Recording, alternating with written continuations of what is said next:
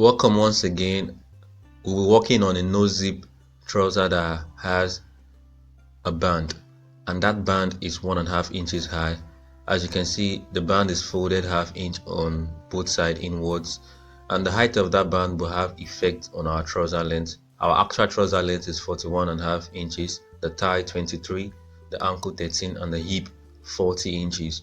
So that 1.5 inches added to our trouser will have effect, and that effect will mean while we are cutting our trouser length, we'll cut 40.5 inches instead of 41.5 inches. To start with, the first thing we'll be doing will be to take 1 inch on the top all through like that, and that 1 inch is as a result of our back piece waist being higher than our front piece waist. We'll be using this pattern paper to cut both the front and the back piece at once. So get our trouser length, we'll be taking 40.5 inches instead of 41.5 inches. So after taking 40.5 inches on at least 3 different positions, we'll be joining all points with a straight line, and that straight line will actually be the line of our trouser length.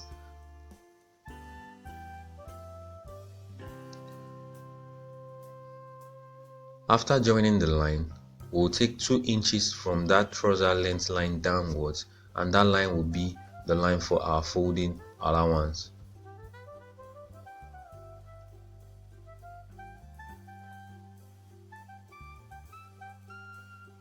So we'll join all points like that, and we've succeeded in creating our trouser length and the folding line. So we'll take 2 inches on the trouser length line, the folding line, and 2 inches upward from the trouser length line.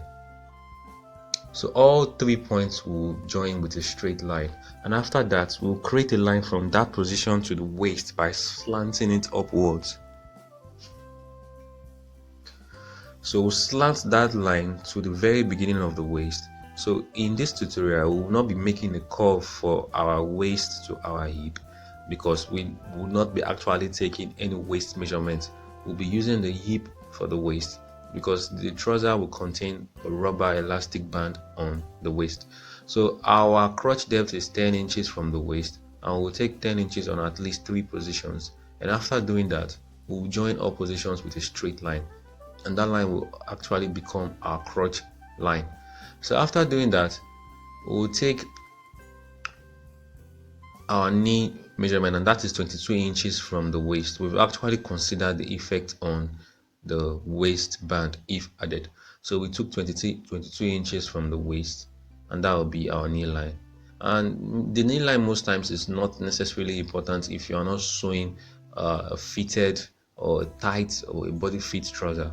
So we took our thigh is 23.5 inches. So we took our thigh is 23, so we took 11.5 inches, and we took that same 11.5 inches downwards by 1 inch, and we join to that point. So we'll be dividing the crotch into 2, which is 5 inches. That is the half of 10 is 5 inches. So we're dividing it into 2, and on that line we'll be marking our hip. We'll also be marking the hip measurement on the waist, and the hip is 40, and 40 divided by 4 is 10. So after doing that, we'll join the hip to the waist like that, which you've seen. We'll also join the hip to the crotch point. That's the point where the hip meets the crotch point. That's the 23, which we took 11. Then we'll also join to the edge of the crotch with our curve like that. So after getting all those curves, we'll take our ankle measurement, which is 6.5 inches. That is for 13. We'll take it 2 inches upwards also, and that is for the folding. We'll take our knee measurement. So our knee is around 17, 18 like that. So we'll just take a random measurement like that, and we'll work with our curve. So the most important thing is our knee helps us shape our trouser. So when you take your knee measurement, so when you're about to join your crotch to your ankle, you know what you'll be working with, so you just don't make any unnecessary curve. So that's just the basic use of the knee measurement. So it's not really that important like that. It's just to make your curve be in line. So after doing that, on that crotch line, I'll take 2.5 inches on the crotch line, and that is the crotch excesses, and that will be for the crotch and also for the sewing allowance. So other than that, I'll be taking 2 inches all through from the crotch to the ankle, and that will be to create a parallel line to the initial line. So after doing that, I will also create a parallel 2 inches line from the waist to the crotch. Now all these points I've taken, I'll be joining all with both lines and curve. I also took 1 inch upwards, and that will be for our back piece, and I'll be joining that to the edge of the waist too. So after doing that, I'll be making use of my curve and my ruler to join all those lines I have succeeded in taking now. So where need be for me to use a curve, I'll use a curve, and where need be for me to use my ruler, I'll use my ruler. So I'll be joining all points like that.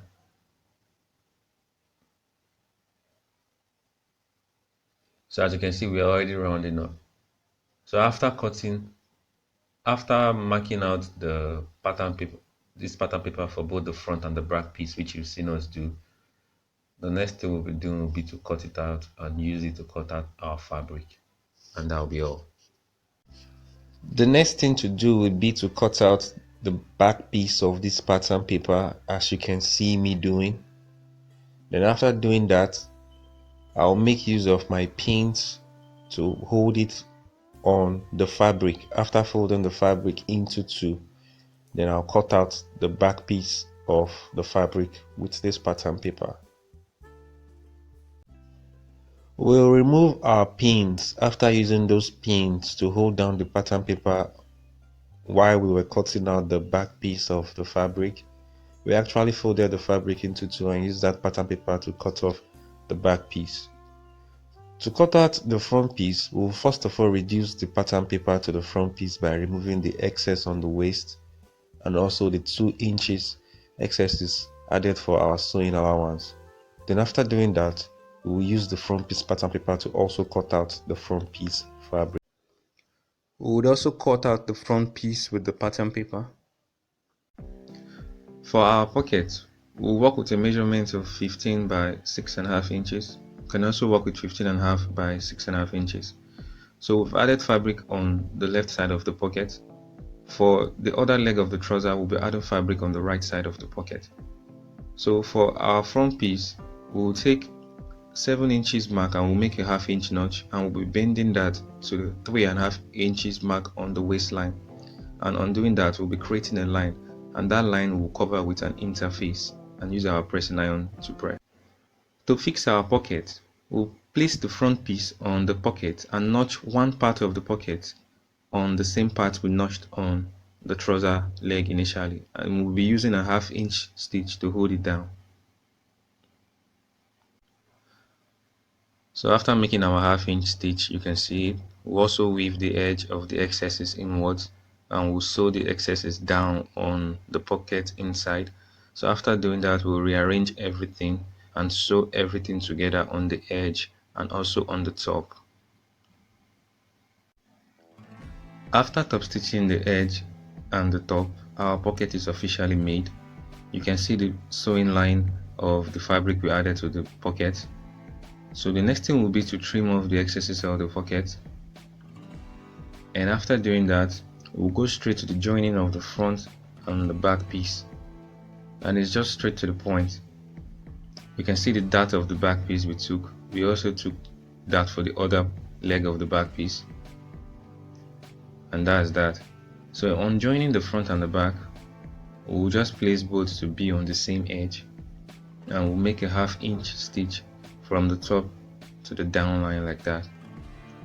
And after doing that, we'll rearrange to the other side and also make a 1/2 inch stitch from the top to the down line, and that will just be all.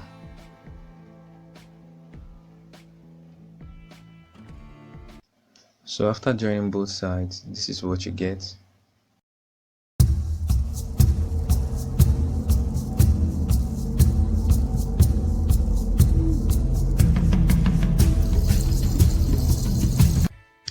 To join both legs together, we'll make sure the crotch is in alignment. The crotch of both legs will be placed together like that. So you can make use of a pin to hold both together, or you just use your hands to hold it while you sew from that point to the back. and also from that point to the front. As you can see, the stitching started from the crotch all the way back also to the front of the trouser. I'll be checking everything to make sure everything is fine before I go straight to the next process. And the next on our menu will be the fixing of the band. The band, like I explained earlier, was folded ½ inch inwards on both sides, and in fixing the band to the trouser, we'll just insert the trouser ½ inch into the band. But before doing that, we have to join the band, and we have to consider that we'll be inserting a rubber inside this band. To join our band, we'll make a ½ inch stitch from the down and we'll stop. Then we'll give a 3/4 inches gap and continue stitching to the end. Your gap can be as wide as 1 inch if you want it. So after doing that, we'll open up like that. After opening it up, we'll make a top stitch on the edge of both sides. That will hold it down and make the opening easy for us to pass our rubber into it. So after doing that, we'll fold it up the way it's supposed to be, bending ½ inch on both sides after stitching and doing everything. Then we'll fix our trouser into the band, placing the joining point of the front piece to the center point. Our band is ready. As you can see, the opening is top stitched on both sides and everything is firmly done. So that's the center of the band, and I've also taken the measurement of the trouser, and it is the exact measurement I actually joined to create our band. So I'll be placing the band and the trouser on the center point, then I'll stitch all through, and that will be all. We fixed the band, so as you can see, everything is properly done. And the next thing will be to take our trouser length and bend, then sew, and that will be all. To get our trouser length, we'll place our tape rule from the tip of the waist downwards through that sewing line that actually joined the front and the back piece together. And when we get to our desired trouser length, we'll stop, and after that we'll bend it and use our pressing iron to create a line. Now after bending both and create a line, we'll open up and bend the trouser inwards on that line. So both the front and the back piece will be bended inwards on that line. And after that, we'll sew with our sewing machine. You can make a ½ inch bending to close off when you are sewing inwards, and that will be all. So after doing that, we've succeeded in making our trouser, and that is the desired length we are working with for this tutorial. You can make yours shorter or even longer. I have taken the waist measurement on the 1 inch elastic rubber band. So after doing that, I'll be reducing it by 4 inches. Reducing it by 4 inches will make it firmer on the waist, so it will be tight on the waist when you reduce it. The actual reduction is supposed to be 5 inches, but since I'll be using a ½ inch to join both, that would mean altogether 5 inches will be reduced from the rubber band in the end. So I make use of a nail to pierce through the rubber band and pass through the space of the band through the hole we made while we were creating the band. So we've succeeded in passing the elastic rubber through the hole and also bringing it out through the hole. So after doing that, I'll just check to make sure there is no folding of the rubber band all through the passage of the space of the waistband. Then after doing that, I'll bring out the elastic rubber band, and I'll be joining both with a ½ inch stitch. After joining both with a ½ inch stitch, it would mean I've succeeded in reducing the length of the rubber band by 5 inches, and that will be the last piece of the puzzle in this tutorial.